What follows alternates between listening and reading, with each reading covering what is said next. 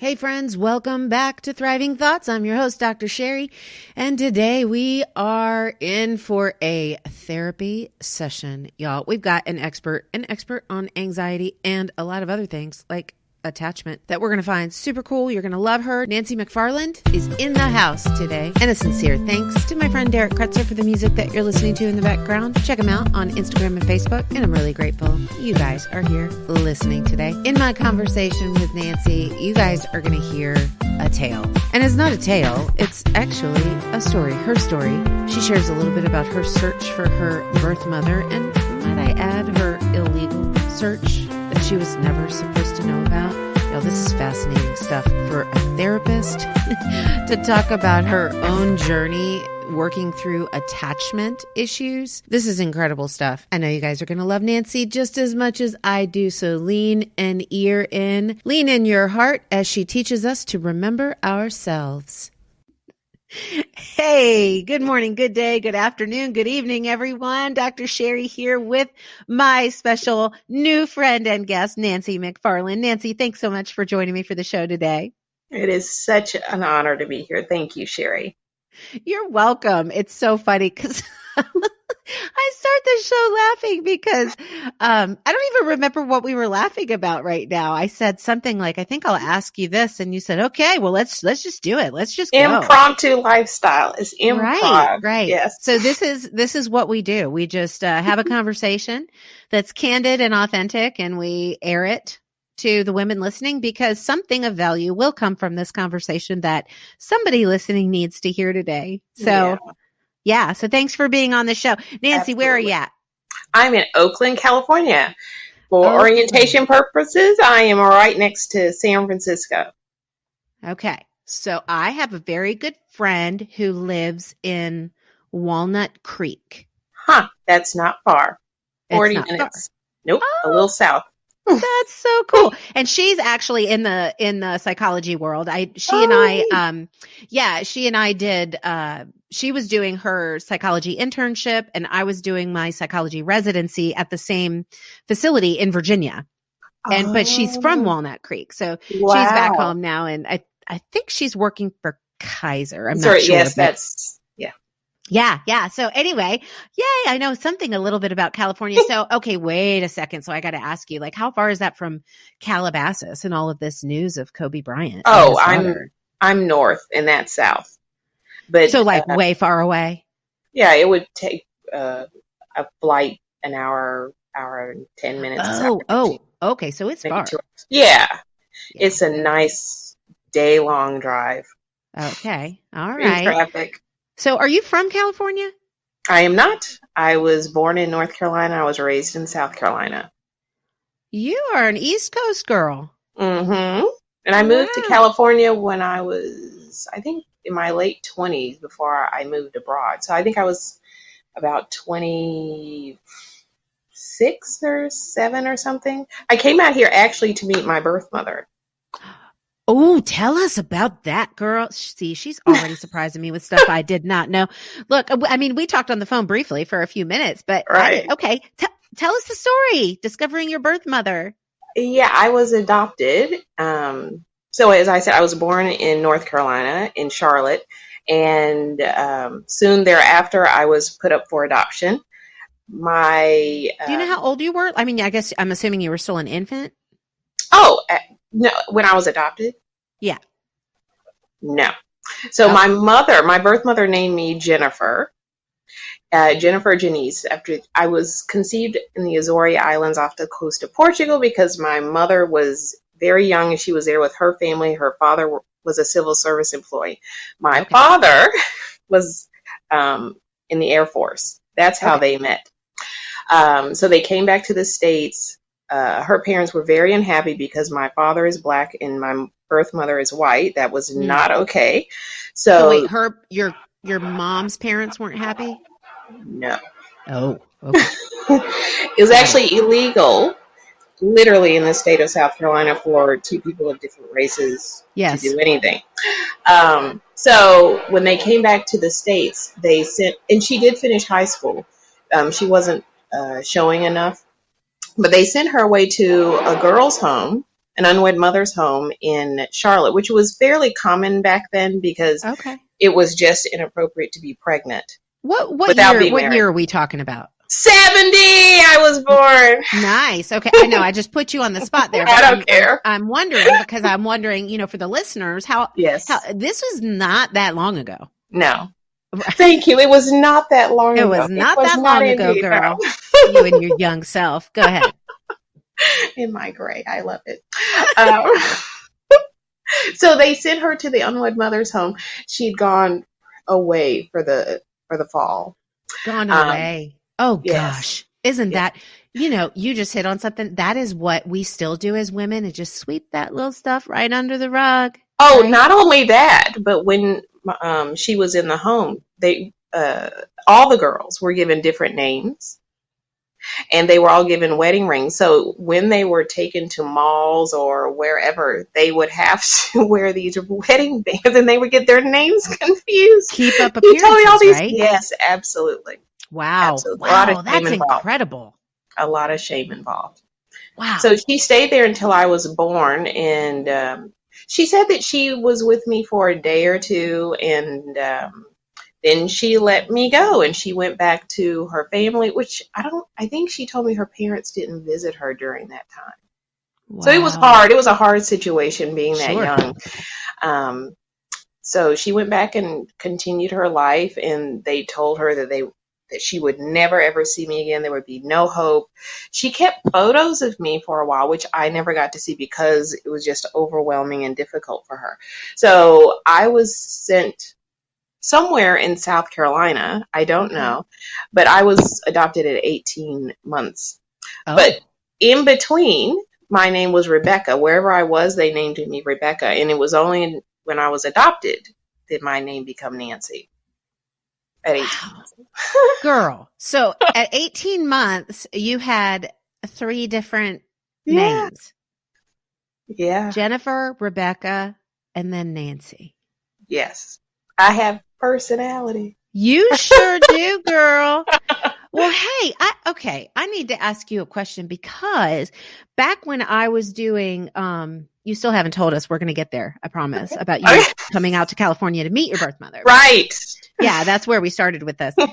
But just, curious question, one professional to another. You're in the therapy world. You're a therapist, right? Yes. In California. Mm-hmm. So when I practiced traditional clinical psych, I saw a lot of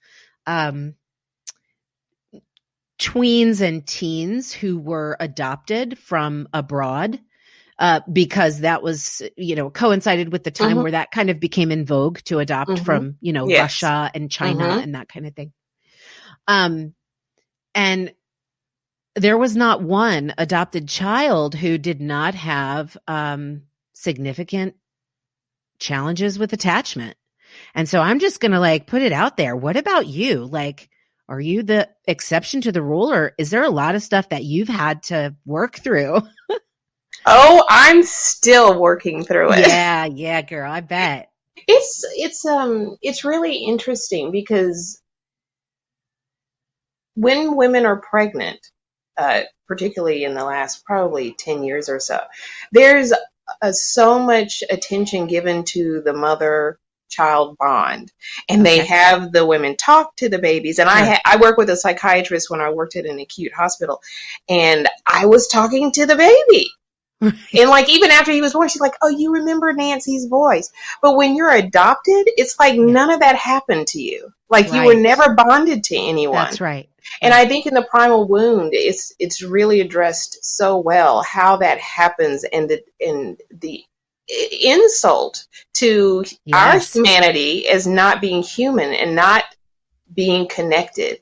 That's really powerful. Unfortunate. Well, it is, and it's very unfortunate. So not only that, but once you're relinquished and given away, you don't know where you are. You don't know these people. They don't have the bonds to you. They don't. Yes, they want to be nice people. They want to be kind. Hopefully, wherever I don't know where I was. I think I was in an orphanage, but I am not given the privilege to know that. It's actually illegal. So anyway, it stays with, because we're human and we have the same needs as babies. just like everyone else, but they're discounted Yes. and just, you didn't have those. Or if you did, you should just be happy that you were somewhere. That somebody took you. Yeah. Yeah. Right. Yeah. Wow. So yes, I have struggled with attachment. I am growing through that process. And the more I am aware of it, I think so many people, not just adoptees, but just people in general, have issues with attachments because we have so many family dynamics happening. For sure. Parents are stressed. They have their own unresolved issues. Yeah. So to the extent that they can attach to themselves as people, how many people know what they're feeling and knowing how those feelings translate into their next behavior? Oh my Very goodness, few. Nancy, I literally just did on my Dr. Sherri Facebook page. I do a weekly live every Tuesday at 12:30. I literally just did a live right before we hopped on this call, where I talked about how feelings are information. They are not fact, but they are information. And they are information that is not to be ignored. And especially in Western culture, we ignore them. We stuff it down. We sweep it under the rug like we talked about. So I love that you just said that. Yeah, people don't know what they feel because they dismiss it. Absolutely. Our emotions are primal. They are a part, and I'm big on just being human. And no matter what color you are, no matter what race you are, no matter your culture, your language, you are human. And it comes with this wide array of gifts of being. And one is emotion. Yeah. So your emotion is first. You don't think about it. It is something that comes. It is argued that feelings are a more cognitive experience, but emotions are primal. They just happen and you don't know why, and we ignore them, and they have an effect. So if you get upset, you don't even know why you're upset, and it doesn't matter. But the next time you talk to someone and say in 2 minutes, you're more snippy or you're more dismissive, and you're like, well, what's going on? But you've had emotion already. Yeah, and if you look at just before you even leave your home on any given day, how many times your being has been or has experienced some sort of assault? Yeah. By either the news or a thought you had, or about something you're thinking about that's going to happen next year, or the possibilities of all of these, or how someone looked at you, or how someone didn't make you go, all these things, and we ignore them. So there is a cumulative effect in how we live our lives, and we are so burdened. Our cells, our neural networks, our blood, all these hormones are rushing around in us. Confused and sad. Yeah. So it's like we need to use the reasoning brain that we were gifted with to explore that. So that's what I'm still doing with attachment. Yeah, girl. Oh, I'm still just being doing aware. That. Yes, I don't have attachment issues, but maybe I do, and I don't know it. I mean, I think we all do to some degree, right? We all have relational challenges, beliefs, that sort of thing, but. Okay, so I derailed you, but this is good stuff. I never answered your question. No, you did. This is good stuff. Okay, go back. Tell me, you went to California because you originally went there. Oh, wait, one more thing, which I just find like talking of emotions, like I got this visceral response when you said it was illegal to find out where you were as an infant. Oh, actually, the whole thing was illegal. I'm not supposed to know any of this. It's illegal. I'm not even sure it's legal now in South Carolina. And a lot has changed in the last 20 years. But in South Carolina, if I took my birth father, and I know who he is as well, and I took my birth mother and we showed up and I was like, I'd like my original birth certificate, they would say, no, I am not to know. It was illegal, the whole process. Please don't turn that. That is an insult to your humanity. Yes, like, it is. I have my dog's pedigree papers. Right. I have a genuinely purebred pug. He's so cute. But I have his papers. I don't have mine. Which is so interesting because when you were talking about, and this is so sad. So you and I are both dog lovers. I have 2 hounds. They're sleeping in the room with me right now, by the way. But when you were describing this being, taken and kind of being rescued, right? Like Mm-hmm. as though you should be happy to Yes. have a place to go. Yes. What came into my mind was like, that's the attitude that we have towards rescue dogs. Like they're so happy Absolutely. we've provided them. Like you are not a dog. You are a Right. human being. Absolutely. Absolutely. Wow. Incredible. Okay. So bring us back. California, you went there to visit your birth or to meet your birth mother. So I met her, and that was extraordinary. I was in my early 20s when I finally called, and I had done a illegal search and Okay. had gotten assistance from Good for an you. underground organization. Oh my goodness. Oh, it What was is it like? something. Underground adoption papers revealed? I was not allowed to ask how, but Oh. I know that it was all illegal.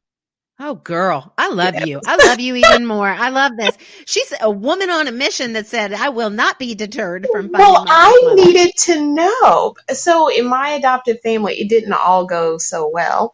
Okay. I mean, I don't need to be adopted to have had some of the stuff happen, but I was always reminded that I was adopted. And then in the next second, why are you acting like this? Well, why are you doing this? So there were all these exceptions that were not consistent. So I always knew I was very different. So anyway, I needed to know. I just needed to know. Yeah. I needed to know. And I'm curious enough that I really needed to know. So I went forth and I did that. So I remember the day before I finally called my birth mother, I was given instructions on how to do it because there's a protocol. Because should something happen, you need to have already given them your phone number in case either the birth father or birth mother freaks out when you talk to them. Okay. And they usually do. They'll have your phone number. So anyway, I called and then I hung up the phone after I think she answered. And then I called back the next day and she was very happy. So it was about maybe a month later, I was traveling with an orchestra, and I left that trip to come meet her in California. Wow. And that was amazing because our photos missed each other. But of course, she had a better idea of how I looked than she did. So it was interesting at the San Francisco airport. So she met you there? Yeah, with my little brother. Wow. Yeah, it was something. And then I met my father I think it was in the same year. But, I mean, she lives here, and I have contact with her frequently. But it was... So you have a relationship with her now? Oh, yeah. Mm-hmm. Wow. She just had eye surgery for retinal tear. Oh, my goodness. I am so grateful. I was really, really, truly blessed. Her family, she and her family, have just been so open throughout this whole process. I have helped people find their parents, and it did not go so well. Where they were always a secret, and the shame of the whole experience they don't share and tell anyone. But they have been open, just magnificent, and have treated me like I was always there. And they have had conversations, and they told me they've always kept me alive in family conversations. Wow. And I thank them again at Christmas just for being so open, and it's helped me heal so much, as well as with my paternal family. My father, I'm in contact with him, and my siblings with him. I was blessed, absolutely unequivocally. Now, let me ask you, do you call her, what do you call her? Mom. You do? So when I'm talking to other people, it's confusing unless there's a very distinct context. Okay. I know who I'm talking about because my adoptive mother is now 91 and in a facility. Oh, wow. So I still talk about Mom. So people are like, which one? Right. Gotcha.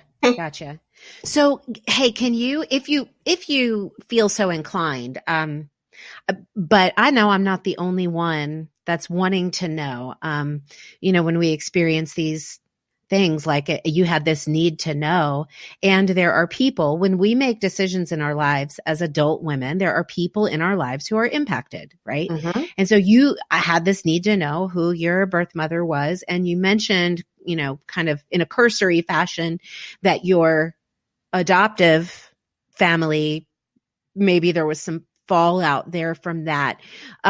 Could you talk a little bit about how you navigated those relational challenges when you were pursuing this illegal pursuit, Miss Nancy?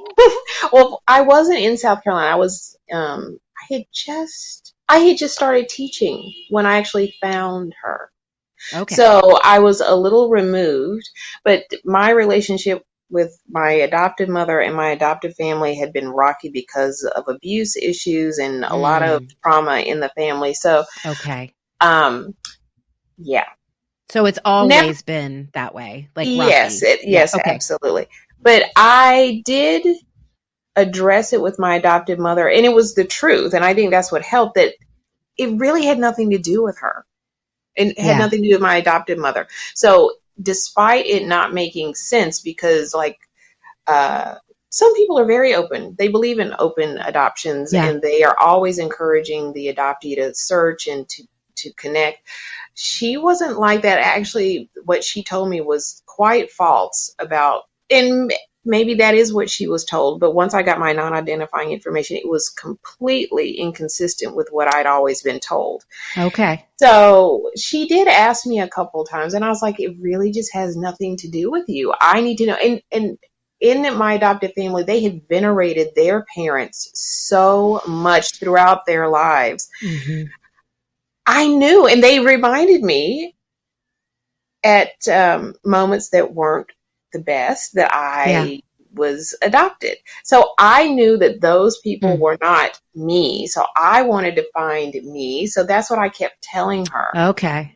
They eventually met and loved each other. Wow.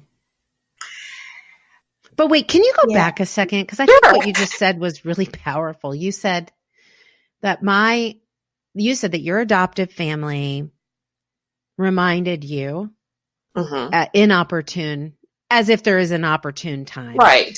But they reminded you that you were adopted. Mm-hmm.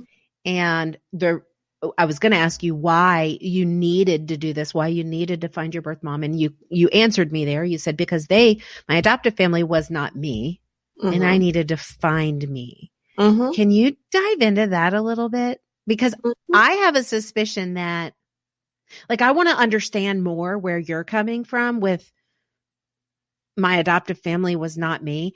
And here's why I'm asking, because I think there's a lot of people who are part of biological families who feel like are not me. Mm-hmm. So I was just wondering if you can touch on that a little bit. It was a primal instinct for me. I don't know if I can give you a real, authentic, logical response to it, but I needed to know it. And I must admit, a part of it was to go against my adoptive family because I didn't have a good experience. There was some inkling of hope towards something else. Okay, got it. So that was a part of it. But I wanted to know, well, who did I look like? They were always talking about how they look like their parents, how they had these mannerisms like their parents. I mean, I cannot even just constant reminders that you venerated were not their part parents. Of it. Yeah, yes, but they didn't always do it against me. They still do it. They venerate. I've never witnessed anything like it. But so while I knew I was adopted, and I knew I had characteristics like them, of course, but I was curious, well, how is it that I came to look like this? And also because I'm a sexual abuse survivor. Okay. I was like, well, what would have happened had they kept me? So that was always going on in my mind. Yeah. So there was just this unknown that I needed to know. Yeah. So when I found my birth parents, I made a lot more sense. I just I have the, not character, but the personality of, I can see both because I have been very hot-headed in my life. Uh-huh. Not saying that I don't have the capacity now, but it makes sense knowing them and just mannerisms. Like it is that nurture versus nature. Yes. And there's a beautiful poem, if anyone ever wants to look it up, it's The Legacy of the Adopted Child that addresses that. And once there were two mothers, they never knew each other. And at the end it said, which are you a product of? Which are you a product of? Neither my darling, neither, just two different types of love. Okay. So Wow, that's beautiful. Two different types of love. Yeah. yeah, I can see how I get a lot of my character from my adoptive family, but some of my personality traits, I am just blown away. Even people who've heard me talk, like my intonation a little bit has sounded like my birth mother. People I've dated who've met and who've known both sides. Yeah. So it was such an experience of integration for me to put all the pieces together. And most importantly, to know that I am still me. Yes. So for people in biological families, I am very spiritual. I have very strong spiritual beliefs. So yes, while this part of me needed to understand my biology, yeah, I don't have the absolute knowing of why we are here in certain families. There are theories that we choose our families, and I'm like, well, why would I choose this experience? Right. Why? Oh, right. Why would I? This combination, I don't know, because I've been challenged continuously with attachment, even with my birth parents. They come and go, and because they have their own issues. So even in a family where you were born into the family, you were still your own person. That's right. That's right. And appreciating that is the truth, that no matter what family you were connected to, you have this life to live that surpasses biology. Yeah. And it again, it's a human experience and a spiritual experience that you were born there perhaps to learn, to grow, and then to share and serve the greater. Yeah. I love that. That's beautiful. Now, I want to ask you a question.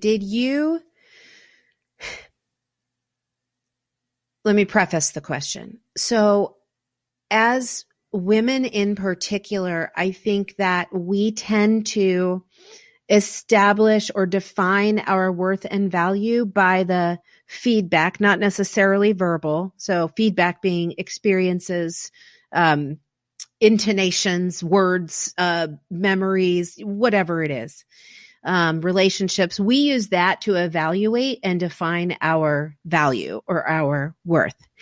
And so I wonder if, when you discovered that, I was still me, did having that complete picture of you, having this complete picture of the history of the adoptive family, and then the history and present of both adoptive family and birth family, did you find that discovery led you to a different way of evaluating your worth? I think even during the process, I was at a state of extreme depletion of a sense of self. Yeah. So anything was a bonus at that point. Yeah. Okay. It was the beginning, because there was an integration, like just this cognitive experience, just that alone. And actually seeing this woman, like it's so hard to describe looking at this woman, knowing that she gave birth to me, but I just met her. Yeah. It is a wild feeling. And I've only met my father twice. And it was about 2 months ago, my sister, his daughter, sent me a photo of him. And I was like, oh my God, that man is my father. And I didn't grow up with a father because my adoptive mother's husband died right before the adoption was finalized. Oh my goodness. Right. So I never even had a father. So sometimes he says things, and it's no fault of his because he's had children, but I haven't had a father. So then when he says it, I'm like, oh my God, that's so weird. He's saying like, I'm your father. I was like, oh my God. Okay. I know he's my father. Is he even talking about it? I'm like, oh my God. Yeah. And I've said that. I was like, I hear you, but I don't even know what that means. Yeah. That just doesn't resonate with me. It's almost like fingernails on a chalkboard. Like, yeah. What? I don't know what that means, and I don't want to know. It's scary. So there are all these unknown things. So even if you're, again, in a family where you were born into that family, it is inevitable that some things aren't going to feel natural to you because you still are an independent being in this world. Yeah. Yeah. That's and great. really, again, noticing the emotion, being with them, and accepting that even if you don't tell other people, that it's just what's happening. Right. It is the what is, and whether you have shame about it or you're afraid of it, it's what's happening. And the more you can acknowledge that, ooh, that felt really weird. That was right. crazy, right? The Right. better Just you are, whether calling it out. Absolutely. Yeah. So is that what drew you? Like this, dynamic, childhood and formative experience that you've had, is that what informed your decision to pursue work in the therapy realm? I am sure it did. But I've not always on purpose. no, I don't think it was. I don't think it was purposeful. However, my cousin told me about a month ago that this had always been my dream. And I don't remember, but he is definitely my sacred history. Okay. So if he says so, I trust him. You trust him. Okay. Because I've always been curious about why things are happening and why am I feeling this way. And I have been on a persistent journey of discovery since I've known myself. Yeah. I've always, even with the woman who was my babysitter, she was old. And I remember the smell of Bengay, but she would tell me things about her life. And older people would just come and talk to me. And I don't know what I was saying because I was young. So it's always been sort of like this experience I've had with people all over the world, wherever I've gone. Okay. So it was natural. And then as I continued to put my pieces together, I realized that, wow, I can serve. Yeah. I really can do this on a professional level. Yeah. So that's how I shifted. I think it's brilliant. How we kind of fall into these places exactly where we're, I don't know, just the best fit places, and how, there's this, I think of, physician, heal thyself. So there's this misconception that, kind of like, well, any field. I mean, you could look at it in the religious field. You can look at it in the, psychotherapy field, but people expect you to have your stuff together. Like if you are right? If you are in that role, yes, and you're helping people work through their stuff, you better have figured out your stuff. And my philosophy, I'd be interested in hearing, if you agree or disagree with me on this. But my philosophy is that we are always working it out. Like we are always doing it. Yeah, like if we stop and we claim to have attained some level of, self-awareness, self-discovery that, I've arrived. Like that person cannot be trusted. Absolutely. There is no end. There is no end because wherever you think you want to be in any realm of your life, once you're there, then you're, okay, there's something else. There is no end. And that's what makes living so amazing. There is no end. Yeah. And something that I have to say about being a therapist that I know and I believe for sure that when you are in this work with an individual, that they can only go so far as you can go. Okay. So if tell us more. To the extent that I've done my work, that I can't hold any greater space for this person that's come to me. So if I haven't processed my sexual abuse, how can I hold that space for them without falling apart and not having the awareness and the space to hear? So I worked at an acute psychiatric hospital. So, and these people were extreme in their psychosis or trauma. They've tried to kill themselves. So there's very little that can freak me out. So when I'm sitting with people, they don't freak me out. So I can hold massive space for trauma and for just, immense depression and sadness and Yeah. all these experiences, but I processed a lot of mine. So Right. I think that's really important, that you can only go so far as a therapist when you're, I mean, I've had clients be honest about when their therapist has cried, like uncontrollably, when they've talked to them. Not as in And that has relationally, freaked them as out. in empathy, but No. as in I'm working Right. on It's my own because they stuff in haven't our resolved. session.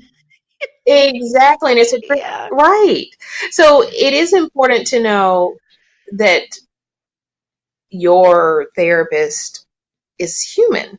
Yeah, that's And right. hopefully is on a very purposeful journey to Yeah. continue to resolve and work and healing. What's your specialty in the therapy world?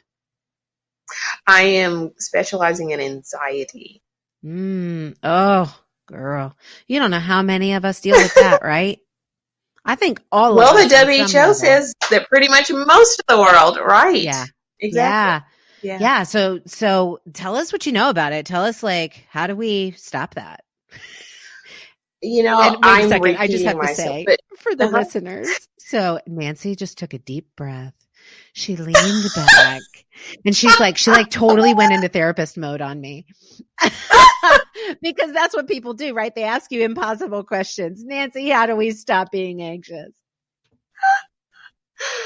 well, I'm just going to repeat myself, because in my work with all these people, it really is, the more confident you are in who you are as a human, the less anxious you are. Yeah. Because then what are you to be afraid of? That's what right. are you so concerned about when someone looks at you weird, or when this person is walking down the street and doesn't say hi, or you get this bill in the mail? When you have a very grounded sense of self, fewer things bother you. And we all experience anxiety, for sure. To the extent that it is debilitating and you are unable, or one is unable to execute normal activities in his or her life, that's concerning. But the work that I've done with so many people, the more they feel whole again, the more they remember of who they are and their capacities, and that they have potential and they have gifts, and they reconnect with this. It is mind-blowing how their anxiety decreases. So honestly, I don't teach a lot of techniques. Most of my work is ensuring that my clients remember. So put yourself back together. Remember who you are in all aspects. Beautiful. Yeah, I love that. Remember. You know, it's so intellectually easy when we think about it. And the argument that you just made, which is not an argument, but I think I take it as truth, because when we're not focused on who we are, when we're not focused on, like we talked about earlier, dismissing emotions or discounting emotions or whatever, when we're not focused on us and peeling back those layers and getting to know who we are and understanding ourselves and having that grounded sense of self, like you said, it does make more sense then that our natural focus, if it's not on us, is going to be on other things. And the only one of those between other things and us that we can control is us. And if we're not focusing on the only thing that we can control, we are therefore focusing on all of the things that are out of our control, which out of control means anxiety. Right. Even, for instance, in terms of attachment. So this is a very real experience in like intimate relationships, that people, this context is just not common. So there's anxious attachment. So the focus is on the other person going away. So, and usually the pairing is an avoidant person who keeps going forward, leaving, and the anxious person is going after. That's how that anxiety shows up. Because your attention, and throughout my life, I have had and still have remnants of this anxious attachment. And my goodness, the more I have nourished myself and reminded myself and done my work about who I am and my capacity, my potential, and what I want to achieve, and just healing, that has decreased, oh my God, so much. Well, oh my God, so much. Yeah, I bet. And I love that you said that, because I'm picturing a lot of women do this in relationships. We see that picture that you just described of the anxious seeking after and the avoidant running away, and then more like, and then it's like, I'm clingy, I'm needy, but that's because you don't love me. You don't love me. So I need to come after you more. I need to smother you more. I need to. Absolutely. But man, we lose ourselves in that process. We sure do. And even men, so even considering all attachment, everyone wants to be loved. Everyone wants to be acknowledged. Yes. Every single person, even if they're avoidant.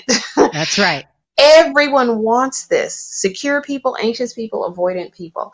Everyone wants this so much. We don't know how to do it. So you don't have to be adopted to have these issues. And that's right. Anxious can be in the form of a man and a woman. Yeah. It doesn't matter. But the fact that when you start shining the light back on yourself, that's when it shifts. That is when it shifts. It really is. And look, you know that, and I know that. And the reason that we know that is because we've gone to those dark places of focusing on ourselves, that is not like going down the rose-lined path. That is hard work. It's uncomfortable. It's messy. Yes.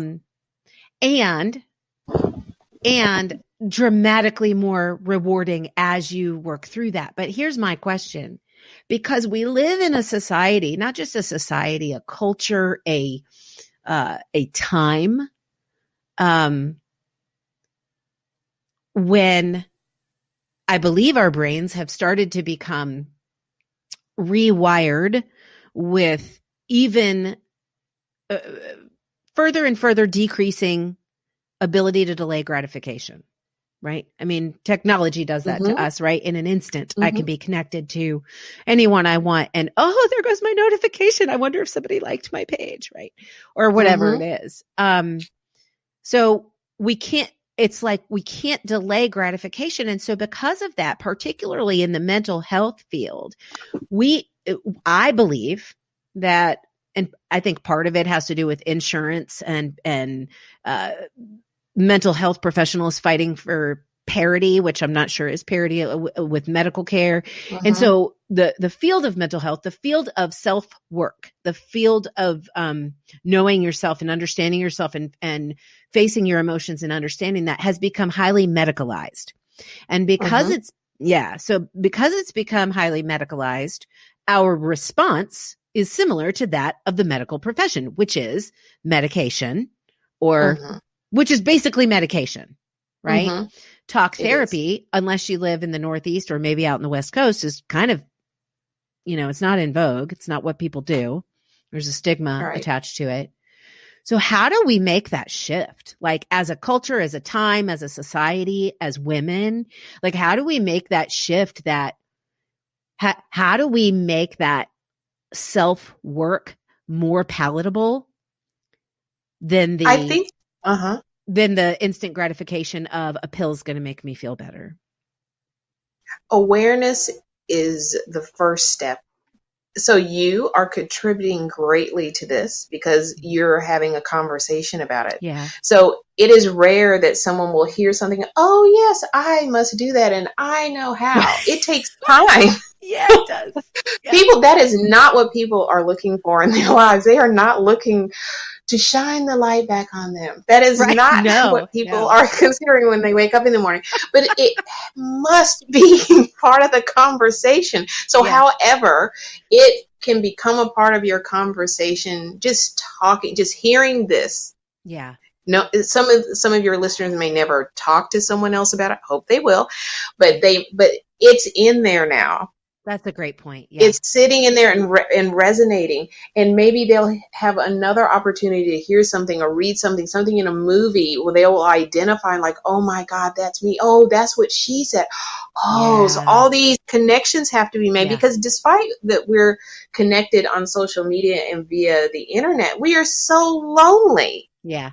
We are so lonely. So the conversations and the awareness, if in any way it can just become a part of daily life, if you just, it's going back to a technical way of communicating, but send people a text sometime, or actually, and I freak out. I'm like, oh my God, I'm just going to call. What if I just call this person? Right. What if I just call?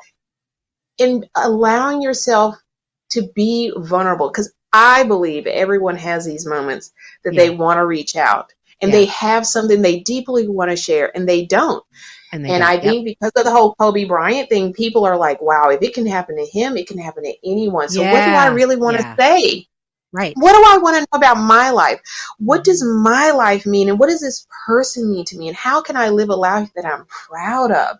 What does it mean to be proud of my life and connect with people? When I am gone, what do I want people to say about me? What is the energy and the resonance of my life? What is that about? Yeah. Shifting our concentration and our awareness in how we live our moments and how we experience each other. Who do you want to be? And how do you go about taking? Yes. Yeah. And we are. So accept that you are where you are. Yeah. You are the what is. You are what is. And what else? Right. What else? Who do you want to be for your grandmother, for your son, or for your child's little league team, or for your husband, or for your dog even? Yeah. I mean, the more I've become comfortable with myself, my relationship with my dog has changed. I can see that he trusts me more. Right. So we have capacity to be different with strangers, with homeless people, with all kinds of people, with music, with food. Yeah. The more we can take a little bit more time. Yes. To just be open. What state am I in right now? What's happening in my body? Just take a nanosecond because it's there. Mm-hmm. Just start doing that. That's a level of awareness that starts. It's the proximity is right there, right there. What state am I in? Yeah. Oh, talk and give. So, I just got to say this, that if your friend called you and your friend was in this state of frenzy, it's highly unlikely, and I would venture to say it wouldn't happen, that you was like, oh, listen, I don't have time to talk to you. Just, go call someone else. You wouldn't do that, but you do that to yourself all day long. All the time. All day long. Someone cuts you off in traffic. You feel that, but you dismiss it. But that was an assault. Absolutely. And it has, so just acknowledge like, oh my God, that felt bad, because it's okay to be angry in our world, but it is not okay to be vulnerable, but just acknowledge. Yeah. Love it. What would you do if your daughter or your niece or some strange child came to you like, oh my God, you wouldn't say, well, I don't care, but that's what you're doing to yourself. So just start becoming aware. Exactly. You can say, suck it up. Get over it. Exactly. What's wrong with you? That's how we talk to ourselves. Exactly. Yeah. Exactly. Yeah. That's beautiful. Beautiful reminder. So, hey, Nancy, what's on the horizon for you? I am looking forward to just embracing my new private practice and doing my community work and helping people live a more peaceful life. Yeah. My practice is a peace of mind practice. So love it. I just really want to help people know themselves so they don't have to be anxious. I'm really enjoying this work. And I want people to be proud of their lives. And you're so good at it. You're so I'm already I feel like I do after a massage, kind of just I feel so calm and peaceful right now.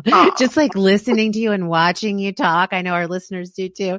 So, hey, one thing, I want to thank you. Your wisdom is beautiful. Your heart is gorgeous. You shine. And I know that you've said some things that are going to resonate with the listeners today. So thank you for sharing this time and space with us. Very grateful to you. So one thing that I ask everybody two things, Nancy. One is somebody listening wants to connect with you. They want to reach out to you. They love what you're talking about. They want to work with you, or they just want to get to know you better. What's the best way to do that? Email me. Be personal. Okay. All right. Nancy at peaceofmindpractice.com. And the phone number is 510-567-4709. You just gave out your phone number on this show that's listened to all over the world. Did you know that the show is listened to all over the world, by the way? Yeah, well, girl. I've lived all over the world, so yay! All right. And we will include that email and the phone number in the show notes. So actually, we're not going to include the phone number in the show notes, but we're going to include the email address in the show notes. Okay. If you want the phone number, you're going to have to listen to the whole thing from the beginning to the end. Right? That's the little treat. That's the little carrot or the little Easter egg that people say. That's I like it. And then the very last thing that I want to ask you, Nancy, before we close out, that I ask every guest is, so we have women listening primarily. I think we have some men that listen too that have reached out to me, but our target is women. And the goal is to help them to know what's true and believe in what's true. So is there one truth that you would leave the listeners with that you would have them remember if they remember nothing else from this episode?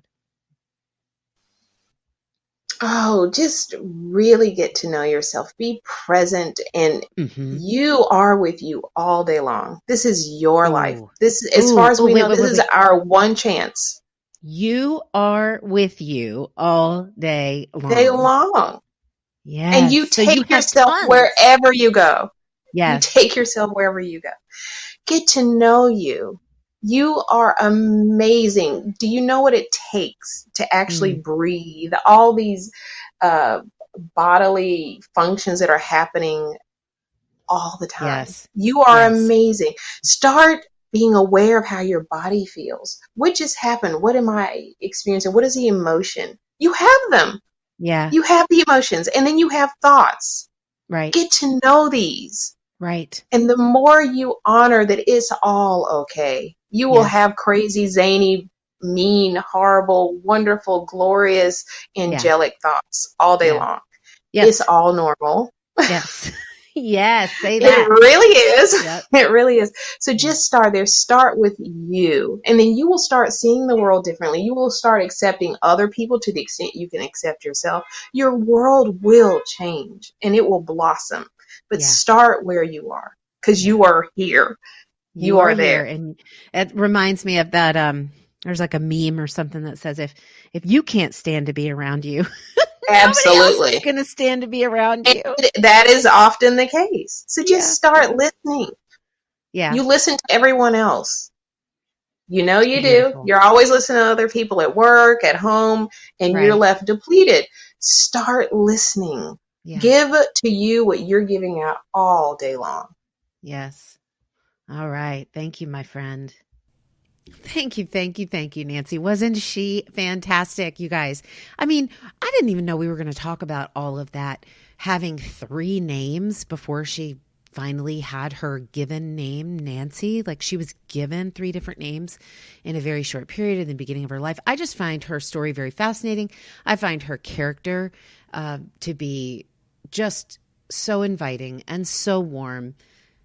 And I'm so grateful for all of the wisdom that she shared with us today. And be sure to check her out at peaceofmindpractice.com. And I want to thank you again for tuning in. Please help me reach my goal of 1,000 5-star ratings on Apple Podcasts. All you have to do is go to Thriving Thoughts with Dr. Sherri. Click on my show, scroll all the way to the bottom, and there it is. Click the 5th star. It's as simple as that, folks. Really appreciate you helping me get this message and get this word in front of other women who need to hear it. All right, my friends, we'll see you right here next week, every Sunday, where we're speaking truth over the lies so that we can thrive in any and every circumstance.